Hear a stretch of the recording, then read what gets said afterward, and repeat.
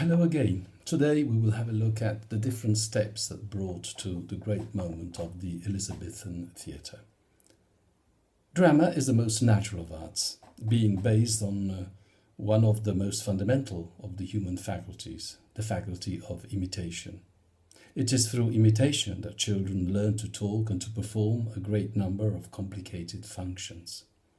To learn about this first drama, we have to leave literature behind and go to anthropology, the study of primitive human societies. To build a society, man has to learn to control the outside world. The civilized way is through science. The primitive way is through magic. And so come magical ceremonies. Let's imagine a member of a community that pretends to be the life god and another pretends to be the death god. They fight and the life god is killed, but then the life god miraculously wins again, kills the winter god, dances over his corpse in triumph. Now, according to the law of sympathetic magic, what has happened in mere representation must happen in fact. The real god of fertility must come back to life, and in fact he does. The earth turns, the earth is fruitful again. Magic has triumphed. Here you have acting, and here you have also a plot. Action, the fighting, leads to a climax, the death of the god, and the climax leads to a happy conclusion, resurrection. This drama, but this is also religion.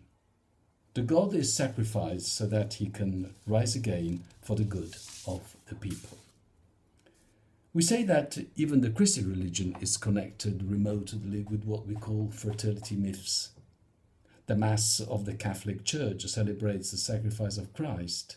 It is a religious ritual, but it is also drama. Religion and drama are closely mixed in the early history of the art in Europe.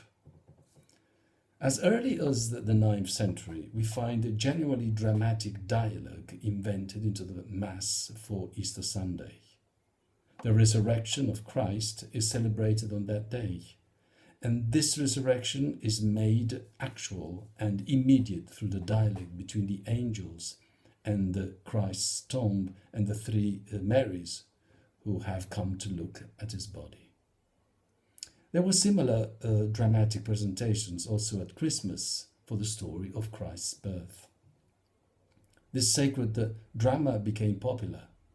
Plays about the gospel characters and the miracles of the saints became more elaborate, demanded more stage managing, eventually turned into complete presentations divorced from the ritual of the church. In fact, they moved out of the church into the churchyard and then into the town where the process of secularization began. We call these miracle plays. The institution of the Feast of Corpus Christi represents the occasion for the trade guilds of the towns of England to give way to the presentation of a cycle of plays based on incidents from the Bible, plays that we call mystery plays. These trade guilds were organizations of skilled men for the promotion of their general welfare and for social purposes. Each guild would choose an episode of the Bible, usually appropriate to the trade practiced. Each guild had its own decorated cart called the patient, a sort of portable stage to be dragged through the town, set up at different places where the acting took place. All these plays are anonymous, but have a certain art in language and construction, a certain power of characterization, and they also have humor. Secular subjects make their way into drama through a new kind of religious or semi-religious play called the morality. The morality did not take its subject stories from the Bible. Instead, it tried to teach a moral lesson through allegory. That is, by presenting abstract ideas as though they were real people. We now find that moralities are capable of cutting themselves off from religious piety and dealing with purely moral themes. This means we are moving towards complete secularization, and fairly soon drama will be capable of presenting a moral theme in terms of personal conflict and not as a mere illustration of a religious doctrine. The great Greek tragic dramatists wrote religious dramas which were concerned with the moral relation between gods and men, and usually had an instructive moral purpose.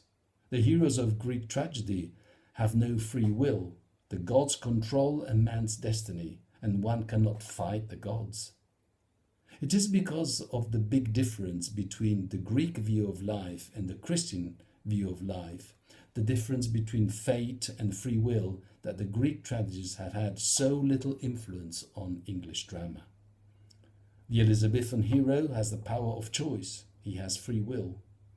It is his own faults of character that bring about his downfall.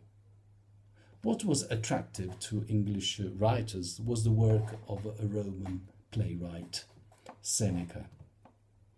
In his tragedies, the gods are still in control, but man can choose what is right. The gods can defeat man, but he can feel their moral superior. This peculiar attitude is sometimes known as a stoical one, and it seems to have had a great attraction for the Elizabethan writers. Certainly, the essence of Stoicism is free will, and this suggests activity, while submitting to fate implies passivity. So we can say that the influence of Seneca on the Elizabethan dramatist was considerable. There was something in this Roman philosopher that appealed to the Tudor mind. The language of Seneca is full of action. It has violence, blood, and horrors acted on the stage. Seneca is seen even in the medium chosen for dialogues, that is the blank verse. It is a difficult medium to use, and it took two geniuses, Marlowe and Shakespeare, to show what could be done with it. London is a growing and prosperous city, to which streams of visitors flocked not only from the provinces of England, but from the continent as well. The wandering groups of players would find fair audiences in the inns on the roads that led to London. They would set up their stages in the inn yards, take good collections of money after their performances. Here we have the germ of the Elizabethan theatre, a building indistinguishable from an inn in architecture. Four sides of the building look into a churchyard, or a large yard, that's better to say. The stage at one end of the yard. Galleries would provide viewing places for the better sort, while the common people could stand in the yard itself. In 1574, the Earl of Leicester obtained the permission to perform in public places. James Burbage, the chief man of Leicester's company, built a theatre outside the city limits and called it simply the theatre. This was in 1576. Soon after, other playhouses were built: the Curtain, the Rose, the Swan, and Shakespeare's The Globe, built in 1598. The popular drama of the day was divided among two great companies of players. The Lord Chamberlain's men then become the King's men, and the Lord Admiral's men.